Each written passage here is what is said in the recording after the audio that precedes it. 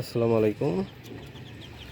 আমার মোট 84টা ফার্মি মুরগির মধ্যে 3টা মারা গেছে, আর যে 81টার মধ্যে 20টা মোরগ আমি বিক্রি করে দিছি। আর 61টা মুরগির মধ্যে এইখানে আমি 15টা আরও মোরগ আর কি আলাদা করছি। এই যে দেখতে পাচ্ছেন, এদেরকে আলাদা করে রাখছি। মোরগগুলোকে আলাদাভাবে খাবার দিই। মোট এইখানে আছে 15টা, আর 20টা বিক্রি করে দিছি। তো 35টা মোরগ আলাদা করছি। আর আর ভেতরে যেগুলো আছে এর মধ্যে আমার মনে হয় 45টার মধ্যে 7-8টা মোরগ এখনও আছে। তো এই 7-8টা মোরগ থাকলেই আর কি এটার সাথেই আর কি রাখবো। এই যে দেখা যাচ্ছে মোরগের সংখ্যা হচ্ছে 1টা 2টা 3টা 4টা 5টা 6টা। অলরেডি আমি 6টা দেখতেছি।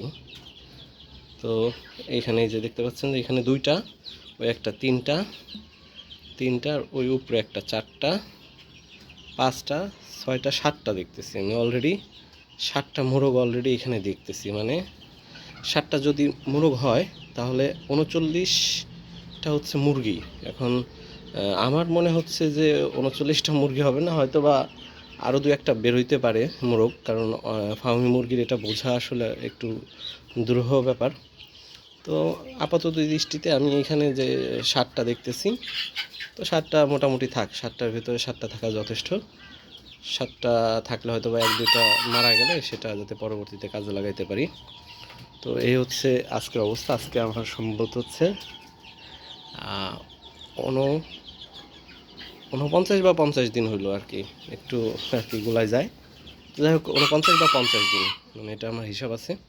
তো আমি 15টা আলাদা করছি, এর ভিতরে 5টা আমি একজনকে দিয়ে দেবো, গিফট করবো, আর 10টা থাকবে, 10টাও বিক্রি করে দেবো। তো এই জন্য আর কি আমি এটা ভিডিওটা করছি যে আমার মোরগগুলোকে আমি আলাদা আলাদা করে বিক্রি করে দিচ্ছি, বা যাকে ইচ্ছা দিয়ে দিচ্ছি। মোটামুটি মোরগ আমি আউট করে দিচ্ছি। আমার 8টাতে বা 7টাতে একটা করে মোরগ লাগবে, সেটা আমি রেখে প্রথমত 7টাতে রাখতেছি। কারণ বলা তো যায় না, 2-1টা মারা যেতে পারে। আর এদের সাথে গ্রো করলে সুবিধা হয় কি, যে ব্রিডিংটা আর কি ইজিলি হয়। কারণ এর আগে আমার 20টা মুরগিতে আমি 2টা মোরগ রাখছিলাম, একটা হারাই যাওয়ার পরে আমি আসলে বুঝছিলাম যে আসলে সমস্যাটা কি হয়, অ্যাডজাস্ট করাটা কত টাফ হয়ে যায়। পরবর্তীতে আমার সব মুরগি আর কি বিক্রি করে দেওয়া লাগছে।